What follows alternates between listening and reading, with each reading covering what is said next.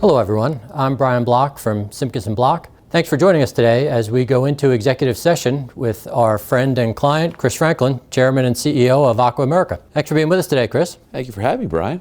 My pleasure. Why don't we start something specific that's very topical for Aqua America right now. I think many of our viewers may have been somewhat surprised to see a monoline water utility like Aqua spend $4 billion to buy a gas utility. Tell us a little bit about that deal and what does it take to get a deal like that done? Well, I'd like to think that the board and management team had a vision in place to pull off a transaction like this, as well as the dedication and just extremely hard work on both the management team and the board. But Brian, it doesn't stop there. Advisors are critically important, whether it's banks, insurance companies, and I have to say, Simkiss Block has been just tremendous, not only in the due diligence effort, but also with the contributions and what you've done with insurance and the savings you've brought us over the years. Oh, thank you. Let's step back a little bit more generally. So you've been the CEO here at Aqua for about 4 years now, following a longtime predecessor. Maybe talk a little bit about some of your thoughts, what you think the number one priority should be for a board as they think about executive succession and leadership planning. So I think as a board, we always have to remember, and sometimes you get so involved in the issues, you forget why you're there. We are elected by and we represent the shareholders. And that's at the heart of what all good corporate board members should consider. We represent the shareholders, and then in the succession process, we should always think about refreshment. Boards get stale over time, and so we need to think about the value we bring at any one time. That's why I really like the idea of board terms. We're elected every year, but we have a maximum term at Aqua of 15 years. We rotate committee chairs every 5 years. It keeps things fresh, and I think more of corporate America should do that type of an approach. Can you think of maybe a single thing that you can identify that's a really important characteristic for a board to really be a high-functioning board that really serves as great stewards for the shareholders? Yeah. I mean, first, again, I think the board needs to be focused on they are representatives of the shareholders. So let's start with that. But secondly, the board needs to be able to challenge each other. They need to be able to challenge the management team professionally, but with good and considered thought. But then it should never be personal. It should flow then into be able to have a meal together or share time together and be social together. That friction, natural friction that should occur in the boardroom is really important to get the best product and everybody's views out. But at the end of the day, it should never be personal. Yep. I know from our many conversations how personally important it is to you, the idea of a really positive organizational culture and how critical that is to a company's success. Can you think of a particular initiative or what a CEO can do individually to really help foster and shape the culture of a company, especially a company as large and as geographically diverse as Aqua America? Yeah. Mission, vision, values. These are things that need to be articulated by the leadership of any company. But not just articulated. People want to know where you're going to take them, vision. They want to know what you stand for in your values, and really what's the essence of the company, which is really your mission. They want to know these things, but then most importantly, probably, Brian, people want to see you live them, right? You got to live those values. So when we think about pursuit of excellence, when we think about integrity and respect, our values, we live them every day and we try to demonstrate them. And if leadership isn't doing that, that disconnect is obvious to your people. Yeah, I couldn't agree more.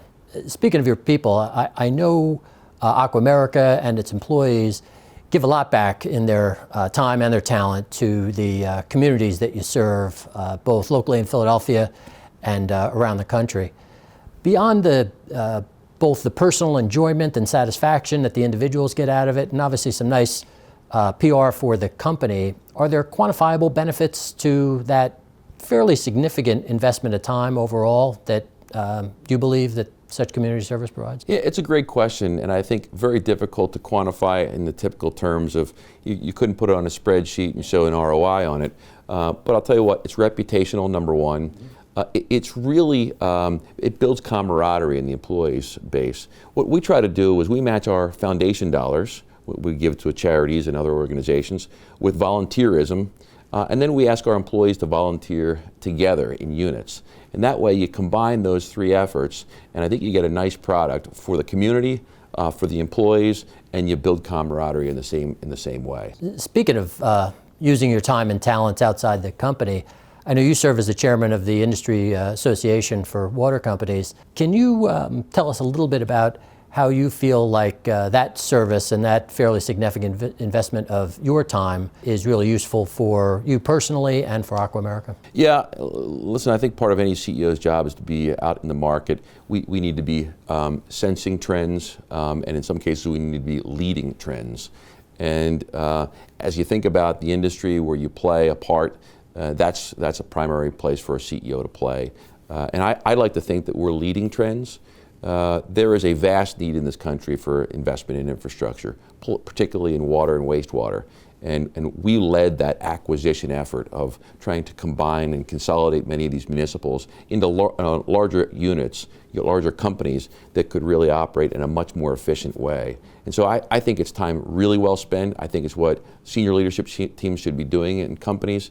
It's an investment of your time, it really is. Chris, since you've been the CEO here, is there a specific initiative or change that you can think of that you've installed that's been especially impactful that new incoming CEOs might want to think about in their organizations? So I think about what we've been able to accomplish together. We've nearly doubled the size of our customer base with the acquisition. We have industry-leading benchmarks in compliance, both on the water side and the wastewater side. Last year was the record year. Safety accomplishments were best in safety on many measures. So we've got a lot of accomplishments, but those all stem from putting a good team together. And so if I think about my greatest accomplishment or my greatest contribution, it's really the team that we assembled here. And I would say to any other CEO, that's where it starts. Put the best team on the field, and you're nearly guaranteed wins. Yeah, I couldn't agree more. I know you have a terrific team here at Aqua, and you think an awful lot about deepening that team and how to help develop people best you can. We certainly do plenty of that in our firm, and there really isn't any asset that's any greater, certainly in a professional services firm like us, than our people. And even in a firm like yours that has a balance sheet the way you do, the asset is really the people. Yeah, I couldn't agree with you more, Brian. Listen, when you have a product like ours as well, people ingest our product, they drink our product, and they need to trust, they need to feel like they trust the people who are delivering that product. And so in the same way you in the insurance business need to have people trust your people, we do too, and I couldn't agree with you more. At the end of the day, it's all about the people. It's all about the people. It really is. I know you feel like one of the most important ways that you can lead is by example, and I couldn't agree more with that. You can only talk so much to people, but until they actually see you put it in action, it doesn't really resonate and doesn't really help shape the way they represent the company. That's right, that's right. You know, everybody's got their own style, and some CEOs or leaders like competition among their people. Others have a different view. Frankly, I try to facilitate a full team. When there are rubs between the team members, we really try to smooth those out. And I think it's the coach or the CEO in this case, it's my responsibility to make sure that that team is functioning in the most healthy way. And to do that, you can't foster animosity or too much competition among the team. They really have to function as a unit. And I am blessed to have a team here that really does that. They function as a unit. I couldn't agree more. And I think that comes through to customers, to shareholders. For us, it certainly comes through to our clients to know that they have the collective benefit of the collective expertise of the whole team that is advising them on their risks and their needs. Yeah, Brian, you know, the world is full of smart people. It really is. Everybody's smart in something. There's a much smaller subset of people who are loyal to the shareholders, to the company. And so to find the combination of loyal, smart, dedicated people, that's really the search. And we think a lot about fit here, right? Again, you have a lot of people who are very smart in the world, but if they don't fit with the organization or they cause disruption, it's anti-productive. And it's less than zero. Yeah. It's not just not making a positive contribution, it's actually making a negative contribution. That's so right. Yeah, we feel the same way. You mentioned earlier about how much time you spend consciously trying to listen, and I think that's an exceptionally important thing for a leader, is that you can't just be a talker, and I think there's so much of that among people in all walks of life, but especially in people in leadership positions sometimes, where either their own ego or what they believe that people perceive to be important to hear from them is to hear them talking to them or talking about them, and less to be listening from them and learning from them. But I don't even think what you articulate can be as informed and as accurate as possible without properly, actively listening to what people say and taking it to heart. That's right. How many people do we know that are formulating what they're going to say before they've even heard you out? Often we have to remind ourselves, take a breath, really take in what somebody has to say, really think about it in the consideration of their background, their experience. What are they really saying to me? Not only through their words, but through their experience, and really understand what they have to say. And then see how that contributes to the conversation. Often we put people in the corner if their opinion differs from the group. In our organization, we say it's your responsibility to dissent. In other words, if you have a dissenting opinion, you better share it, because we might be missing something if you don't dissent. And so the organization takes a little bit different view of dissent than many others. Healthy debate. I do believe there's a very different concept of healthy debate versus just argumentative debate. But healthy debate couldn't be more productive. And I believe it really does deepen a conversation and add to the output, whether it's for the people in the room individually or in what you're going to deliver to a client, right, or shareholders or other people. Well, wouldn't you also say part of our job as the top of the organization is creating urgency in our organization? People love excitement. They love to feel like they're part of momentum, and they want to engage in that. And so if we provide that sense of urgency, and ideally it's around a mission, it's really around a vision that they understand and that they can be part of, but then you put urgency to that, people will work and they'll step up like never before. And I think that's one of the fun of our job, is creating that vision and then that urgency to get the job done, to get to the destination. There aren't many industries that are as old as water and insurance. Right. But even in old industries like that, the world is moving faster and faster all the time. And if you're not moving forward, you are moving backwards. It's a cliche, but it's true. And so to be able to articulate that vision and then help people see how we're going to get there, and then make them feel a part of it, and then actually get there, is extraordinarily exciting. And I do agree, it really makes people more loyal, and it makes them feel emboldened to take the next step with you in the next part of the journey. Every individual is motivated in a different way. And so when we think about motivating millennials, it's a lot different than how we would motivate people our age. Mm-hmm. And one of the things that I think is important to many of the millennials, at least our experience here at this company, is they want to make a contribution to the world. They want to make a difference in the world. That's fantastic, and we should feed that, encourage that, and provide opportunities for those employees to make that difference.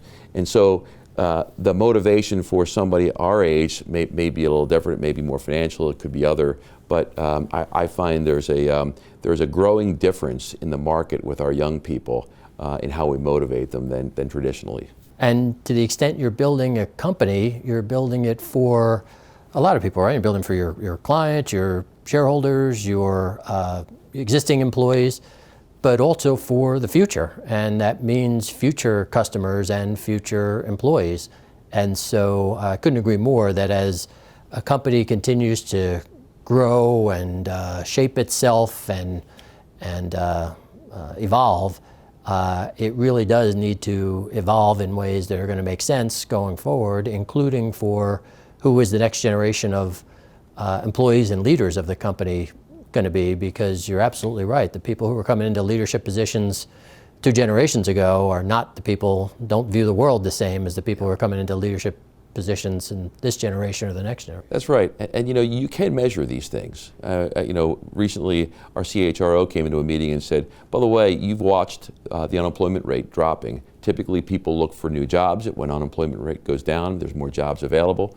In our case, our turnover rate has come down over the same period along with unemployment, which is really something to be proud of. Absolutely. And so I take that as we're doing a couple of things right, and maybe it's thinking about some of the issues we talked about today. Tell me a little bit about your first day as CEO here at Aqua America. Brian, I was the inside guy, so I've been with the company for 26 years, and so when the board asked me to be CEO, certainly I was thrilled, I was proud, I was honored. And the first day, as an inside guy, and you're much the same. It is very similar. You know where the issues are. So I always say, if you can groom a CEO or your leaders from inside the organization, you really hit the ground running much more quickly than if you bring somebody in from the outside. So I could get to work my first day. I wasn't wondering where the men's room was. I was literally getting to work. Yeah. And so we made a lot of changes. We made some changes to the management team. We made some changes in strategy.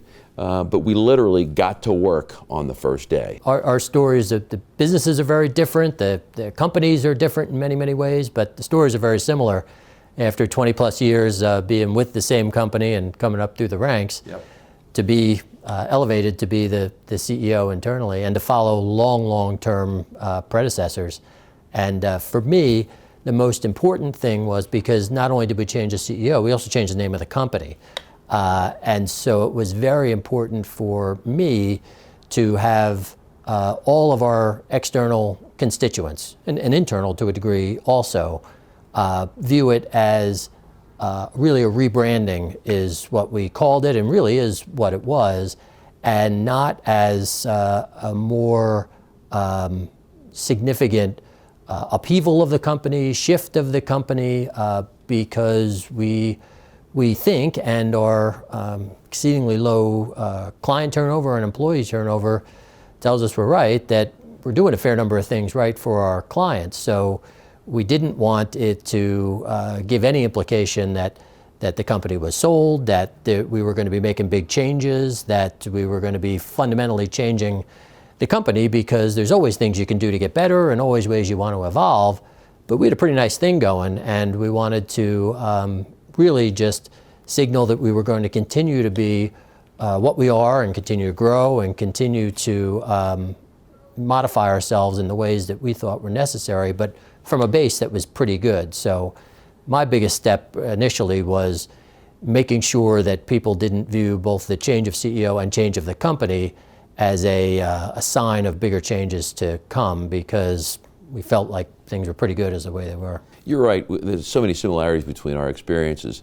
In fact, I talked to our employees about the evolution, right? We had a good company, we had good leadership, and we were passing the baton. So it wasn't revolution, it was evolution. And so as we talked about this with our employees, they understood that we weren't going to make vast changes to a really good company and a good management team. We, like you at Simkiss Block, we're looking for evolution, and we continue to evolve the company, and that's the most healthy way. If you can avoid revolution, whether it's internal or external, I'll tell you, it's a much more calm way to move forward. Yeah, and the thing I probably underappreciated going into it was how refreshing it would be for our employees. To the extent we continue to serve the clients as well as we always did, we knew that would take care of itself.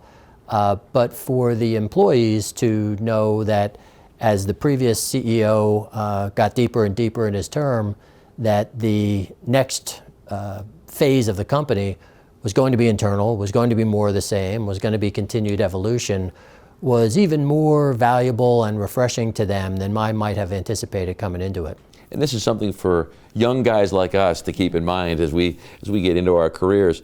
I think a good CEO always has somebody behind him or her waiting to be groomed and trained to be that next person in line. And if you do that well, then I think the company's continuity is much, much stronger. Sure. A company that's not continually developing each person within the company, but at each level of the company and each level of management is certainly just asking for a problem to develop over time. It's an easy thing to let go day to day, or to pass by, or to be too busy putting out a certain fire to want to focus time on. But all those days start to add up, and next thing you know, you look around and there isn't really there's a bunch of people who have stagnated, and there isn't really a well-developed team going forward. So we spend a lot of our time, I spend a lot of my time thinking about that and trying to help people in all levels and areas of our organization continue to challenge themselves and provide them opportunities to be challenged, and then to be both rewarded when they succeed in those challenges and to be accountable when they're not up to the challenge. Yeah. Succession planning is one of the critical tasks that a CEO should have a personal print on, because it really is the future of the company. And I think, if done properly, allows you to make sure that you're inclusive in how you think about the people who represent your company. We often talk about the people who represent the company in terms of employment should look much the same as the people we represent as customers. And so that diversity, that inclusion, has got to be a key part of how we think about succession planning. It is planning. It's not letting it happen. Chris, I know your schedule has you pulled in many different directions. What's the number one thing that you think people might be surprised to hear that you spend a fair amount of your time and energy on? You're right. As CEOs, we're all pulled in many directions, and you've got to really gauge your time, because there's just not enough of it to go around. I tend to spend a lot more time, and people would probably be surprised, listening to people, listening to employees, listening to our shareholders, listening to our regulators, and that takes time. Often we're expected as CEOs to talk and to articulate. One of the greatest things I think we can do with our time is to listen to others and learn from them. I think that's how we improve our companies. Couldn't agree more. Well, Chris, thanks for spending some time with us today, and thanks for being such a great friend to me personally, and to you and your terrific team at Aqua for all you do for us at Simkiss Block. And Brian, you've been a great partner personally and professionally. Simkiss Block has been terrific with us. Thank you so much. Thanks so much. Thanks everyone for joining us today for Executive Session with Chris Franklin, CEO and Chairman of Aqua America. We look forward to seeing you again soon.